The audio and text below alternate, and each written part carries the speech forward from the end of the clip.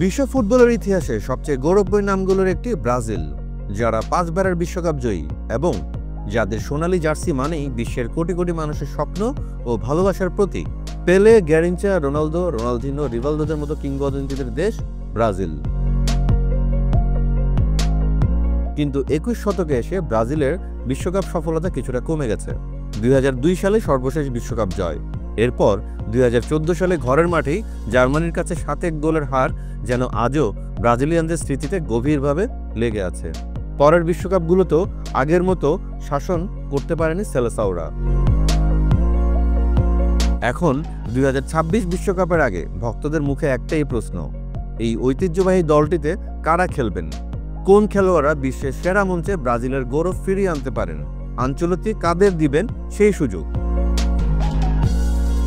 আজকের এই ভিডিওতে আমরা বিস্তারিত আলোচনা করব ব্রাজিলের সম্ভাব্য স্কোয়াড, তাদের শক্তি, দুর্বলতা এবং ভবিষ্যতের আশা নিয়ে। প্রথমেই আলোচনায় আসবে গোলরক্ষক হিসেবে কে সামলাবে ব্রাজিলের গোলবার। কারণ ব্রাজিলের গোলরক্ষক পরিস্থিতি কয়েক দশক ধরেই ছিল আলোচনার বিষয়। বর্তমান সময়ের অন্যতম সেরা গোলরক্ষক এলিসন বেকার লিভারপুলের হয়ে অসাধারণ পারফরমেন্স করছেন। বিশ্বকাপের মঞ্চেও তিনি খেলেছেন।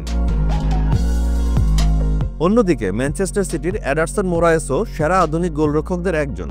একদিকে খেলার সময় বল হাতে তার দক্ষতা দলের ডিফেন্সকে ভরসা যোগায়, আর অন্যদিকে তার বল ডেলিভারিও খেলার গতি বাড়ায়। এছাড়াও দলে সুযোগ পাওয়ার জন্য ব্যাকআপ হিসেবে আছেন আল নাসেরের বেন্টো, করিন্থিয়াসের হুগো সুজা এবং পালমেরাসের ওয়েভারটন। তবে শুরু থেকে ম্যাচ খেলবেন এলিসন বা এডারসনের মাঝে কেউ, এটা মোটামুটি নিশ্চিতভাবেই বলা যায়। বিগত বিশ্বকাপে ব্রাজিলের দুর্বল ডিফেন্স ছিল ভক্তদের আলোচনায়, আর তাই আনচেলত্তির জন্য ব্রাজিলের ডিফেন্সে সঠিক সমন্বয় ও তাদের মাঝে ধারাবাহিকতা তৈরি করা খুবই গুরুত্বপূর্ণ। বর্তমানে ব্রাজিলের ডিফেন্সে অন্যতম প্রধান নাম মার্কুইনোস, পিএসজির এই সেন্টার ডিফেন্ডার, যিনি একজন পিওর লিডার বর্তমান ক্লাবে। একই সঙ্গে তিনি মাঠে অভিজ্ঞতা ও আস্থা নিয়ে দলের ডিফেন্স সামলান। লিলের আলেক্সান্দ্রো যদি মার্কুইনোসের সঙ্গে জুটি করেন তবে সেটা একটা শক্তিশালী ডিফেন্স হতে পারে ব্রাজিলের জন্য। এই দলে রাইট ব্যাক হিসেবে থাকতে পারেন মোনাকোর ভ্যান্ডারসন, যিনি গত মৌসুমে লিগ 1-এ অসাধারণ খেলেছেন। এছাড়া লেফট ব্যাক হিসেবে থাকতে পারেন সাবেক জুভেন্টাস তারকা অ্যালেক্সান্দ্রো। তার ব্যাকআপ হিসেবে থাকতে পারেন ইন্টার মিলানের কার্লোস আগস্তো। তবে তাদেরকে অবশ্যই চ্যালেঞ্জ জানাবে আর্সেনালের হয়ে ফর্মের তুঙ্গে থাকা গ্যাব্রিয়েল ম্যাগালয়েস। এর পাশাপাশি নটিংহ্যাম ফরেস্টের মুরিলো, জুভেন্টাসের ব্রেমাররাও চ্যালেঞ্জ জানাবেন। এছাড়াও পিএসজির লুকাস বেনালদো, ফ্লেমিঙ্গোর লিও অর্টিস, বুরুশিয়া ডর্টমুন্ডের ইয়ান কোতো, বোটাফোগোর অ্যালেক্স টেলেস, ফ্লেমিঙ্গোর ড্যানিলো, অ্যাথলেটিকো মিনেইরোর এরানাও, এরা সবাই চাইবে মূল একাদশের সুযোগ পেয়ে ব্রাজিলকে প্রতিনিধিত্ব করতে। যাদের মাঝে সমন্বয় করে খেলানোটাই হবে আনচেলত্তির মূল চ্যালেঞ্জ। ব্রাজিলের শক্তিশালী মিডফিল্ডে আছে অভিজ্ঞতা এবং তরুণ প্রতিভার মিশ্রণ। নিউক্যাসলের ব্রুনো গুইমারেস বর্তমানে আধুনিক মিডফিল্ডারদের জন্য এক দৃষ্টান্ত। তিনি দলের খেলাকে নিয়ন্ত্রণে রাখবেন এবং খেলায় ব্যালেন্স এনে দিবেন। ম্যানচেস্টার ইউনাইটেডের ক্যাসিমেরো, যিনি আনচেলত্তির অধীনে রিয়াল মাদ্রিদেও খেলেছেন, থাকবেন ডিফেন্সিভ মিডফিল্ডার হিসেবে, দলের মূল শক্তি হিসাবে। তবে তারাও যে একদম নিশ্চিতভাবে দলে সুযোগ পেয়ে বিশ্বকাপ মাতাবেন বিষয়টা কিন্তু মোটেও তেমন না, কারণ তাদের চ্যালেঞ্জ জানিয়ে দলে সুযোগ পাওয়ার জন্য প্রস্তুত আরো অনেকেই। এর মাঝে অন্যতম আটলান্টার এডারসন, চেলসির সান্তোস, ফ্লেমিঙ্গোর গার্সন, ফুলামের প্যারেইরা, জুভেন্টাসের ডগলাস লুইস, নিউক্যাসলের জোয়েলিংটন, ওয়েস্ট হাম ইউনাইটেডের লুকাস পাকুয়েতা, ক্রুজেইরোর মেথুস পেরেইরা, পালমেরাসের রাফায়েল ভাইগা, উলসের ওয়াও গোমেস, জুভেন্টাসের আর্থার মেলো এবং আল ইতিহাদের ফেবিনোরাও।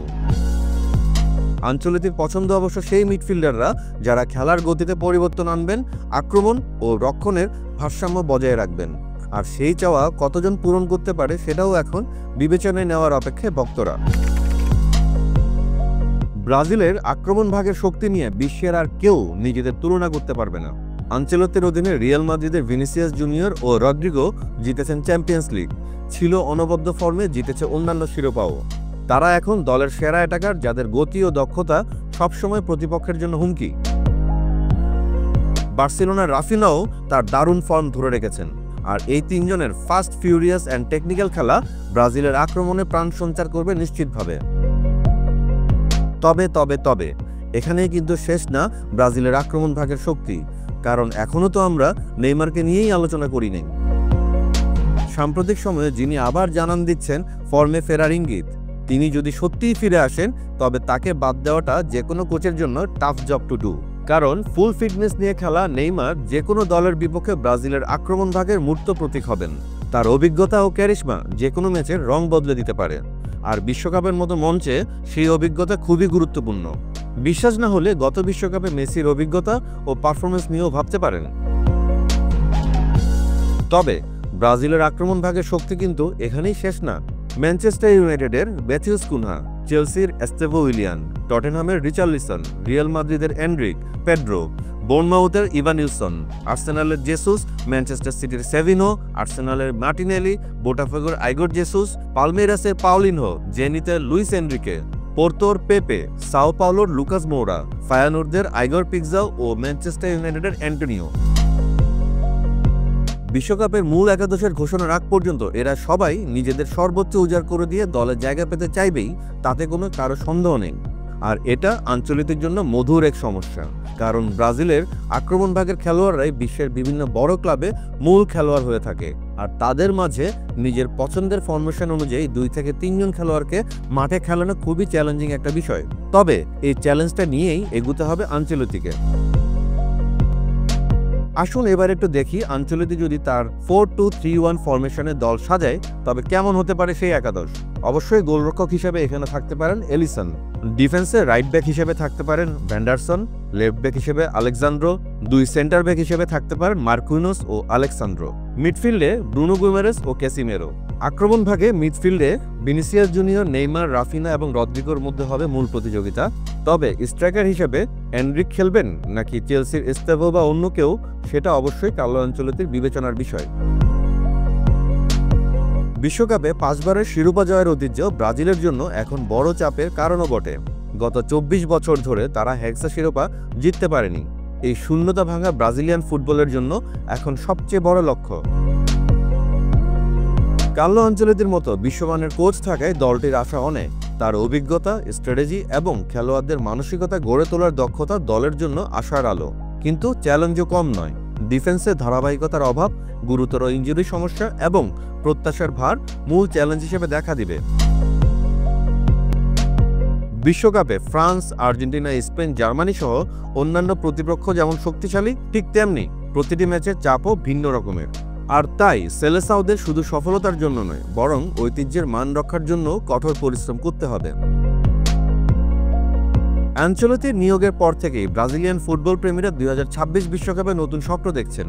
ভক্তদের আশা আরও একবার সেই সোনালী দিনগুলো ফিরে আসবে, দেখা দিবে নতুন তারকার উত্থান এবং পুরনো কিংবদন্তিদের জৌলুস ফিরে পাওয়া। বিশ্বকাপের মঞ্চে যোগবনিতর দেশ আবারও নিজেদের ক্রীড়া, ঐতিহ্য এবং গর্ব দেখাবে।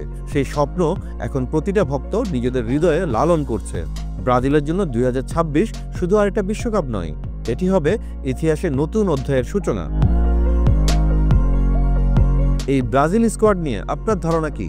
কারা আপনার পছন্দের খেলোয়াড়? কমেন্টে আপনার মন্তব্য জানাতে ভুলবেন না। ফুটবলের সব আপডেট, বিশ্লেষণ আর ইনসাইড নিউজ পেতে আমাদের সঙ্গে থাকুন। সাবস্ক্রাইব করুন ও শেয়ার করুন ভিডিওটি। ফেসবুক, ইনস্টাগ্রাম আর টিকটকেও যুক্ত থাকুন বাংলা ফ্লোয়ের সঙ্গে।